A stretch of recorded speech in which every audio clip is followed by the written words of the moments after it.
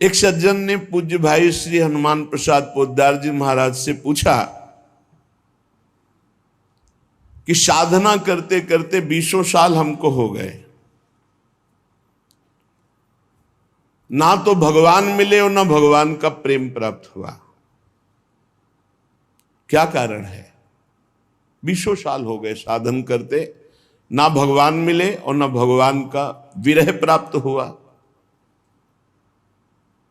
भाई जी महाराज ने कहा इसका संपूर्ण कारण तो भगवान ही जानते हैं और आप भी जानते हैं। उत्तर दिया कि संपूर्ण कारण तो श्री भगवान जानते हैं और भगवान के ना मिलने का, प्रेम ना प्रकट होने का आप भी कारण जानते हैं। भाई जी ने पूछा ईमानदारी से बताना कि भगवान ना मिलने का आपको दुख है? भगवान के प्रेम की प्राप्ति या भगवत साक्षात्कार ना होने पर 20 साल हो गए, आपको दुख हुआ इस बात का? बोले कभी कभी थोड़ा मन उदास हो जाता है। भाई जी महाराज ने कहा कि थोड़ा थोड़ा उदास हो जाता है, लेकिन आप बताइए यदि 20 साल से आप व्यापार में बराबर घाटा प्राप्त करते रहते तो क्या आप ऐसा उत्तर देते कि थोड़ा थोड़ा कभी मन उदास हो जाता है? आपकी हालत क्या होती कि 20 साल से आप व्यापार कर रहे हो, घाटे पे घाटा होता चला जा रहा है, आपकी हालत क्या होती?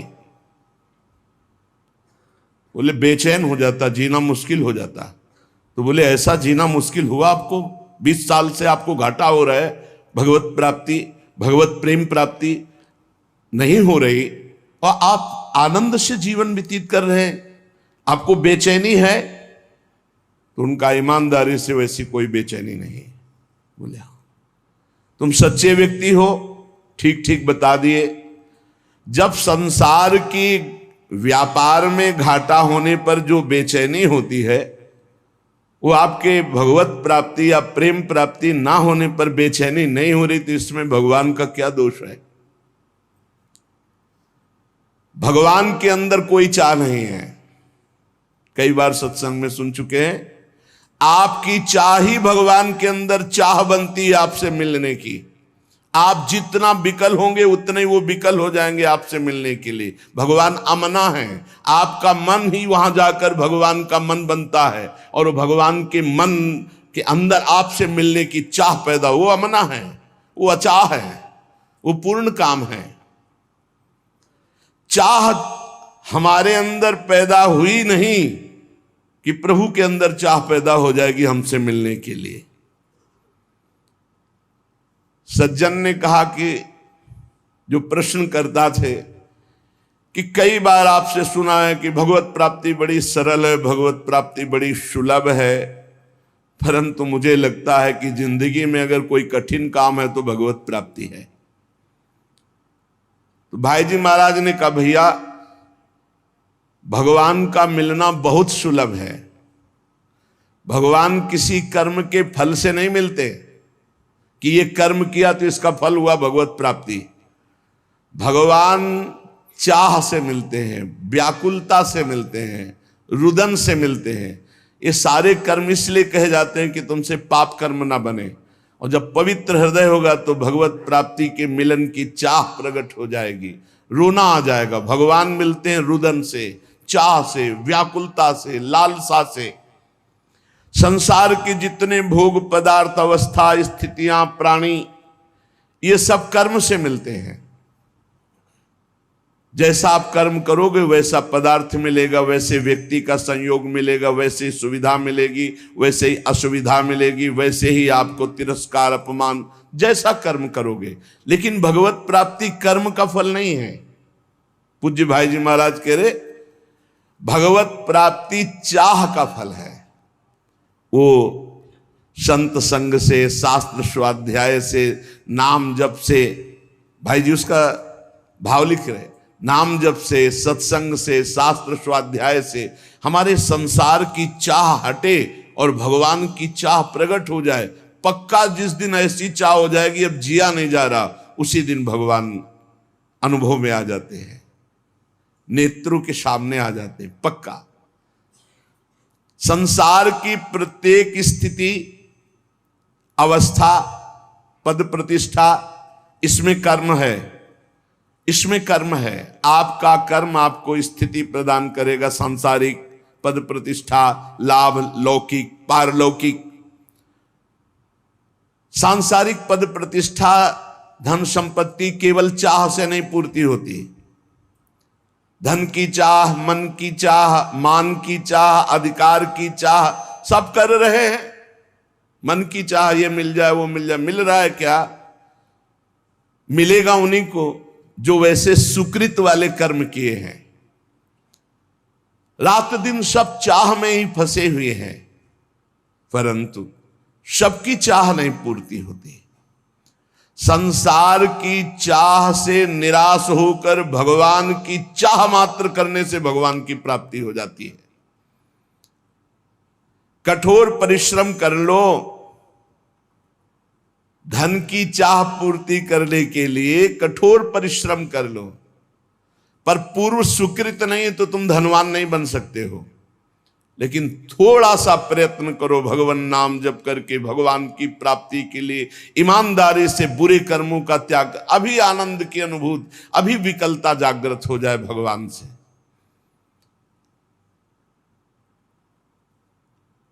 आपने जितनी धन की चाह की, कभी भगवान की ऐसी चाह की? क्या आप ऐसा मानते हैं जितना परिवार से प्यार करते हैं उतना ही किसी एक संबंध वाला भगवान से प्यार करते हैं? भगवान से एक संबंध वाला, जैसे माता से, जैसे पिता से, वैसे गाढ़ प्रेम भी, जैसे धन की चाह, जैसे प्रियजनों का संबंध, इतना भगवान से मानते हैं। तो उनका सत्य तो यह है कि ऐसा नहीं है। तो कैसे मिल जाए भगवान तुम्हें? भगवान के मिलने के लिए, चाहे वो चांडाल हो, चाहे स्त्री हो, चाहे पुरुष हो, विद्वान हो, मूर्ख हो, भगवान ये नहीं देखते कि ये कौन है। बहुत सुंदर बात है। और भगवान ये नहीं देखते कि आज के पीछे इसका इतिहास कैसा रहा है। घोर पापी, निकृष्ट स्वभाव वाला या बड़ा पुण्यात्मा, संयमी, ये भगवान नहीं देखते।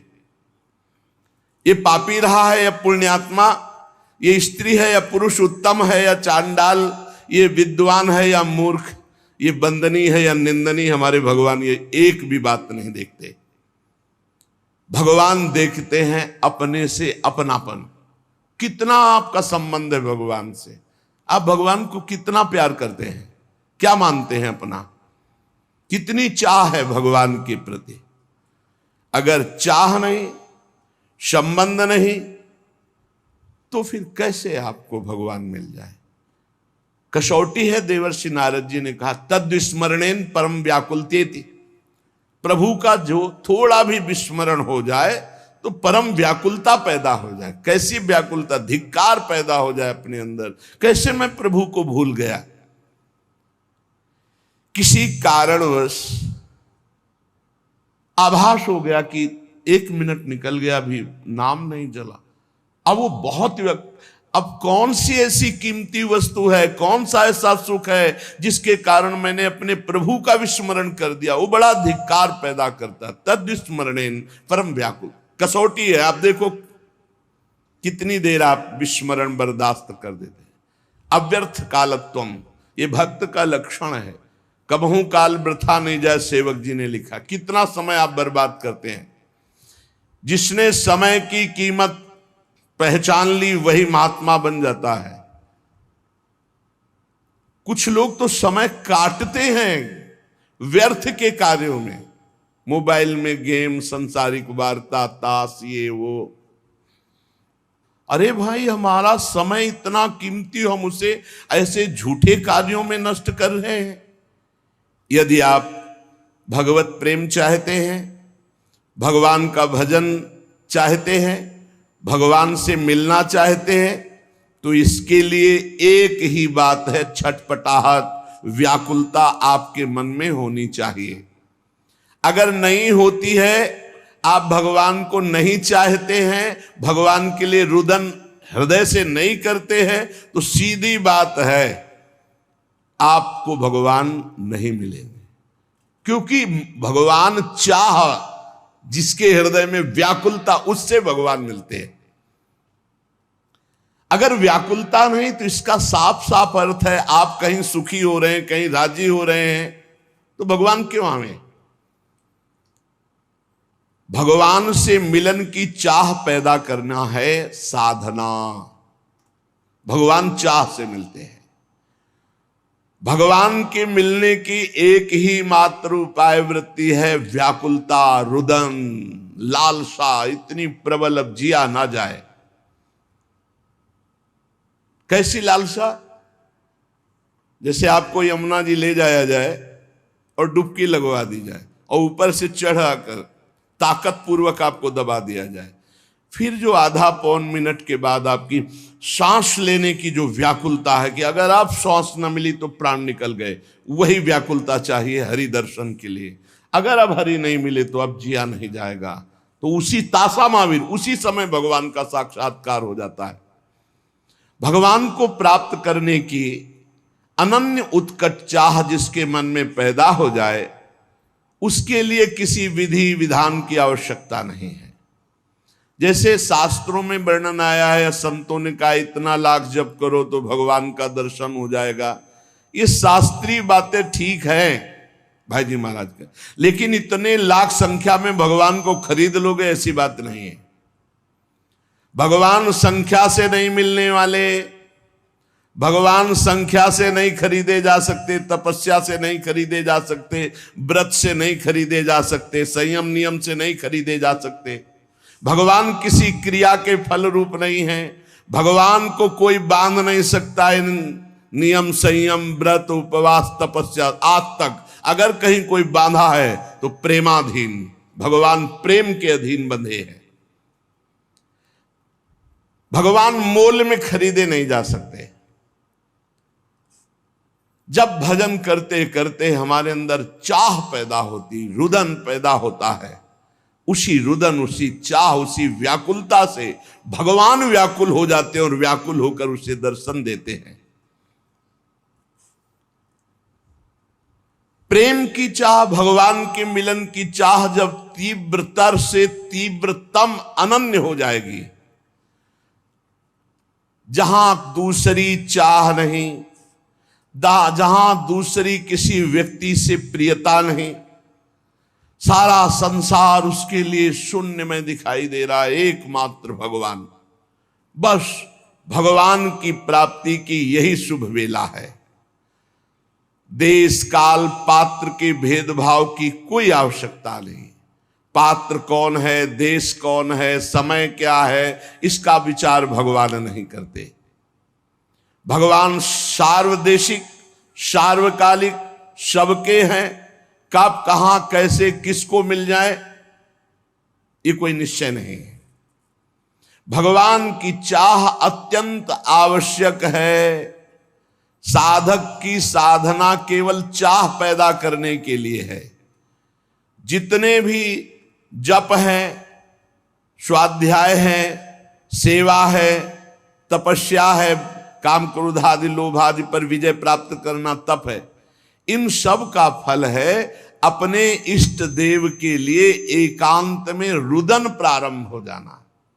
एकांत में बैठ के रो रहा है,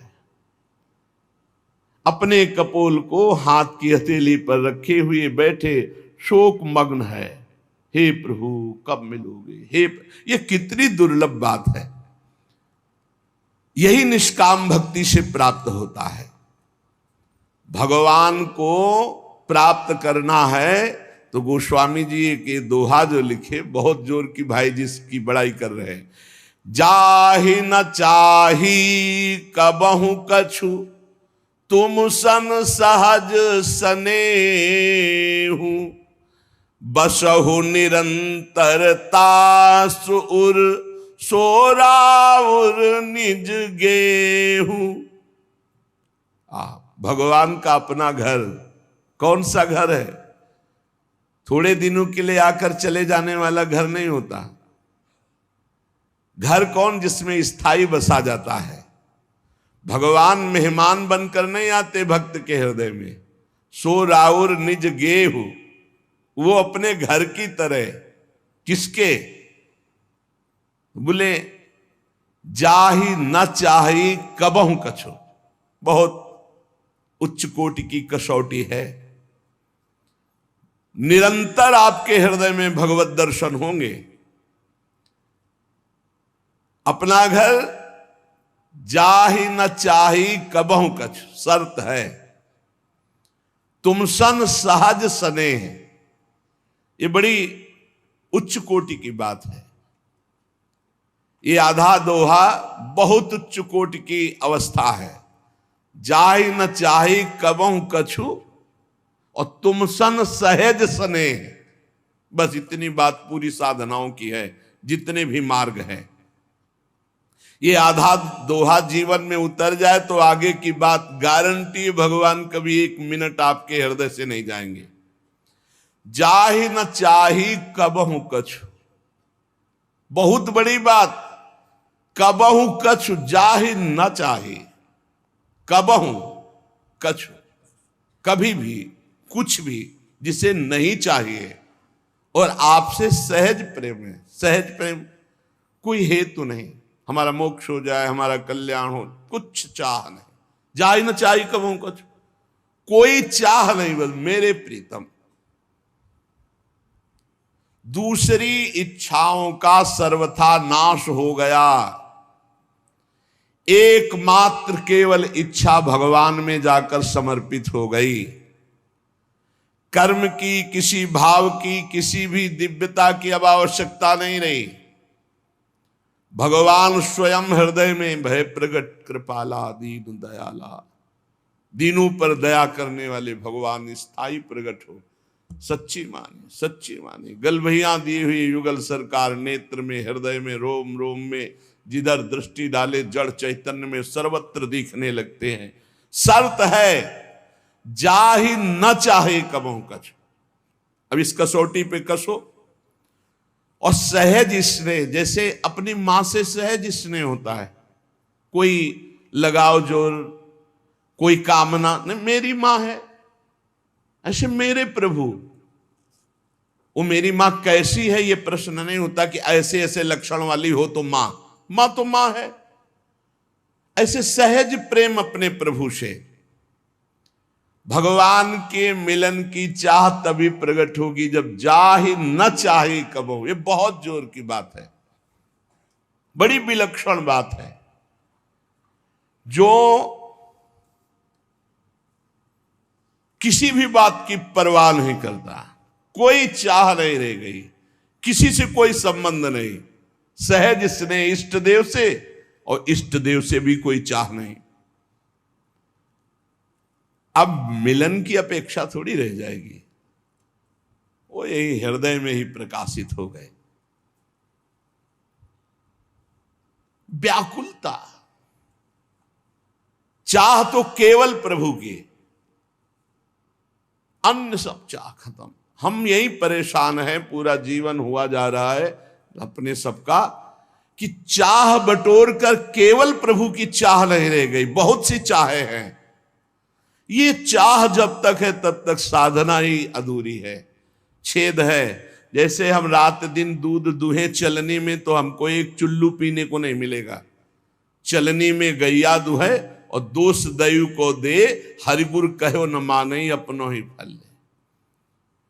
हरि गुरु कह रहे हैं कि अन्य चाह चलनी में गाय दुहना है, अन्य चाह बनी रही तो भगवत साक्षात्कार की चाह नहीं आएगी। इसलिए अन्य चाह को मिटाना ही साधना है। साध माने चाह, ना माने नहीं, कोई चाह ही नहीं, कोई साध ही। बोले भगवान ने हमारी साध पूरी कर दी। साध माने चाह, साधना, चाहना, यही साधना है। चाह ना रह जाए। आशा ही परमम दुखम, नैरास्यम परमम सुखम। आशा केवल, आशास्य दास्यम वृषभानुजायास। कई बार सत्संग में सुनाया, देखो चाह से केवल भगवत प्राप्ति। यही मथुरा के ब्राह्मण यज्ञ कर रहे, बड़े याज्ञिक विद्वान, गायत्री अनुष्ठान करने वाले, बड़े धर्मात्मा, शास्त्रीय पद्धति से चलने वाले, तो क्या भगवान से मिल जाएंगे क्या? इन सबसे भगवान नहीं मिलते।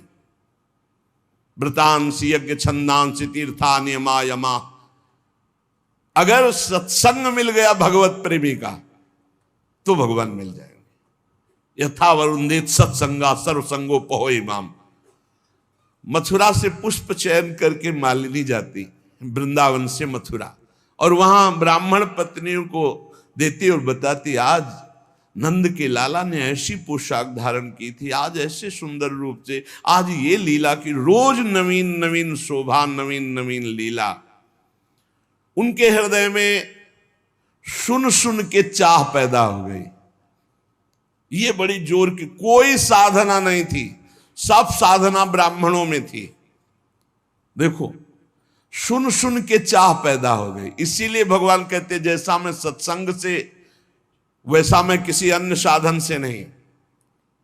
सत्संग से मैं बहुत जल्दी पकड़ में आ जाता हूं, क्योंकि चाह पैदा हो जाती है, सुनने मात्र से चाह। अब उनके हृदय में एक पीड़ा पैदा हुई, मैं कब देखूं, मैं कब नंदनंदन को देखूं।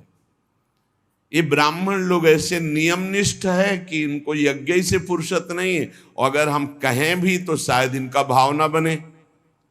हम उत्तम कुल के ब्रह्म ऋषि, हम भाई वहां कैसे जाएं, वो कैसे दर्शन, क्योंकि वो जानती थी स्वभाव।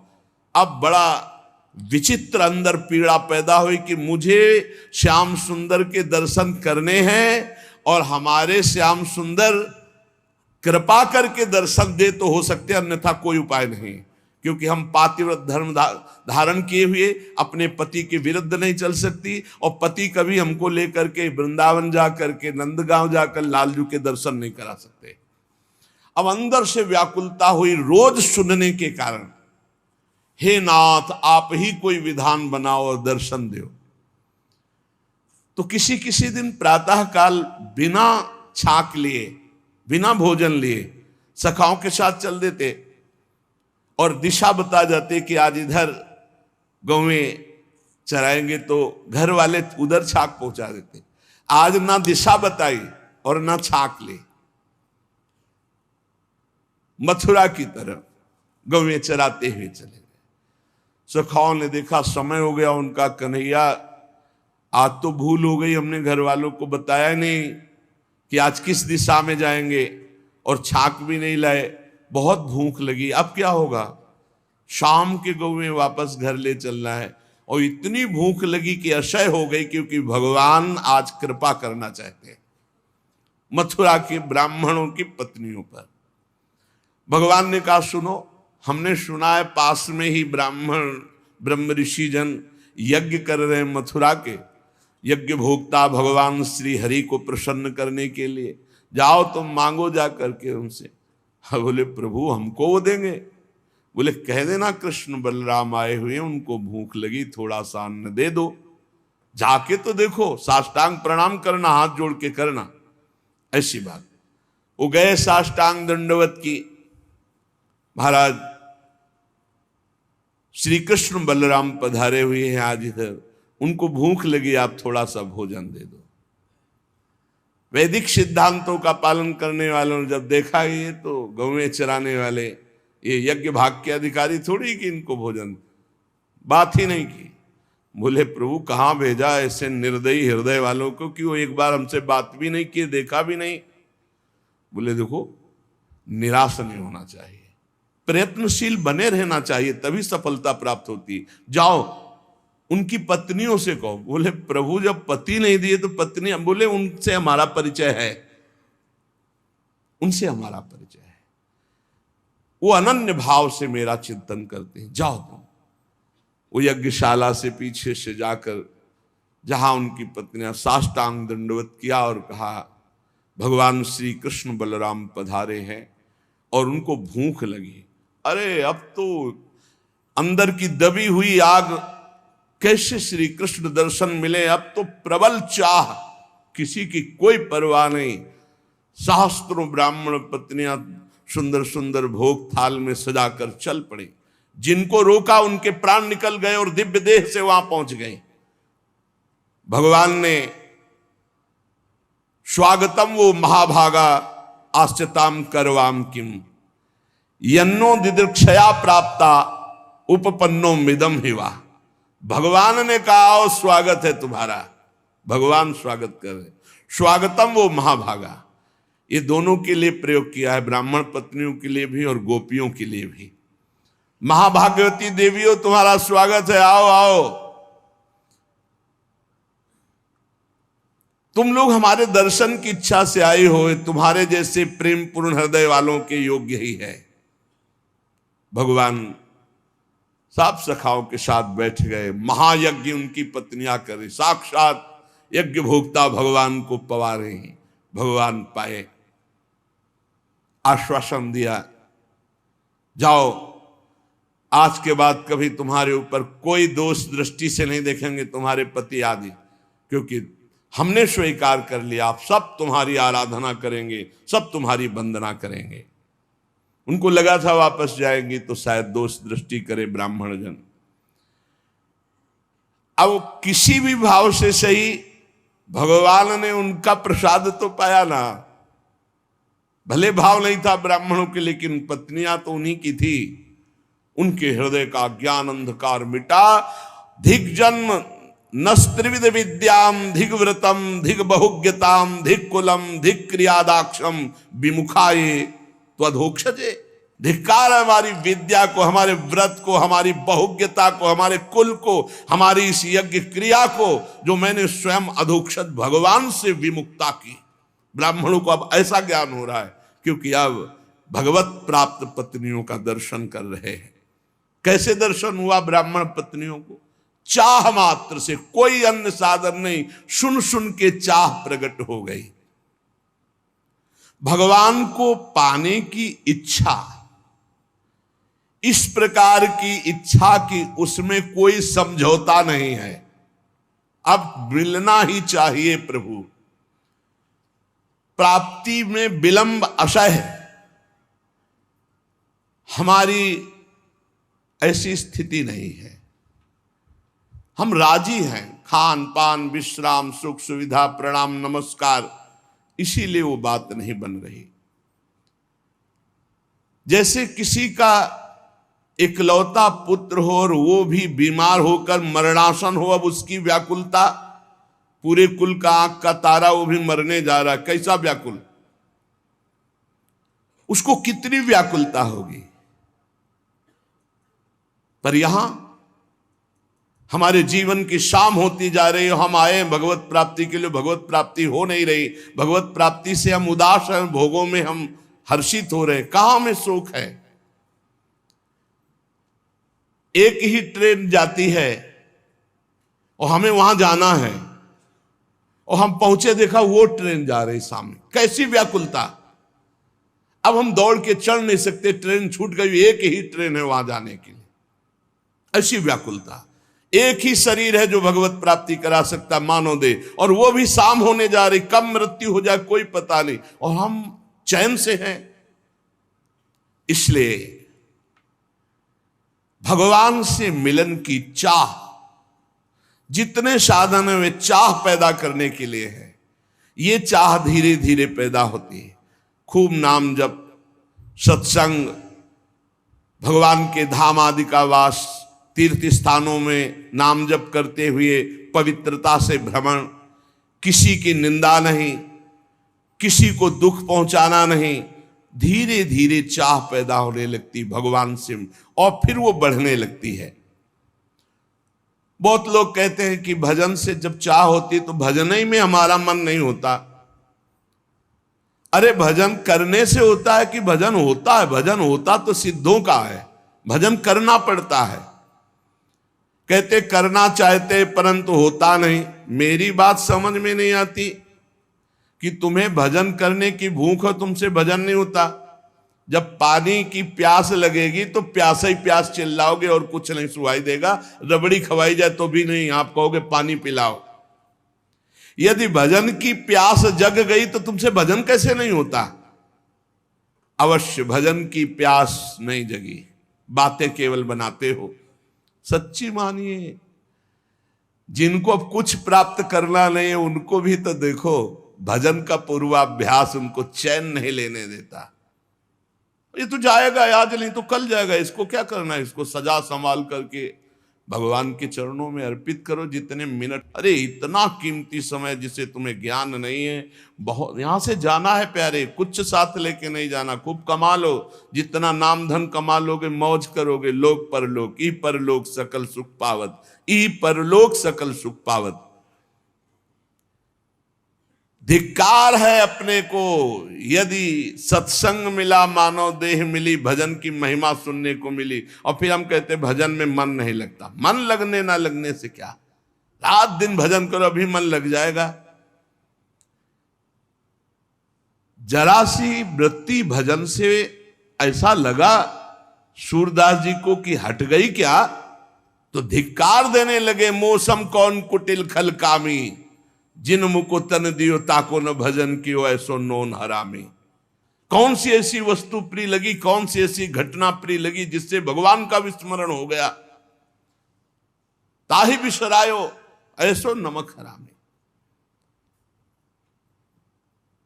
भजन जब जीवन बन जाए, भजन थोड़ा भी छूटे तो बर्दाश्त न हो। कैसे बर्दाश्त हो जाता है भजन? ये कोई बात करने लगता है, दृष्टि बदल गई, अत्यंत सावधान, बीच बीच में उसको उत्तर दे रहे हैं, उसके चेहरे से वृत्ति हटा ली या उसके चेहरे पे एकाग्र कर लिया, राधा नाम लिख रहे हैं, एक सेकंड के लिए भी प्रभु से बिलग रहे ना, मानो मृत्यु, जैसे मृत्यु से भय, ऐसे विस्मरण से भय। अभ्यास तो कीजिए, अरे दिव्यता ही दिव्यता आप में, आप भगवान के अंश हैं। पहले भजन किया जाता है फिर भजन होता है। नित्य कर्म का जो नियम दिया जाता है वो भजन में प्रवेश पाने के लिए। ये जो समय देखते रहते हैं कि अच्छा 2 घंटा भजन, अभी तो बस 2 घंटा हुआ है, बस खत्म, अब टीवी देखो खूब करो, 2 घंटा अपने नियम हो गए, चलो बाहर चलते हैं, अखबार देखते हैं, गप्प लड़ाते हैं।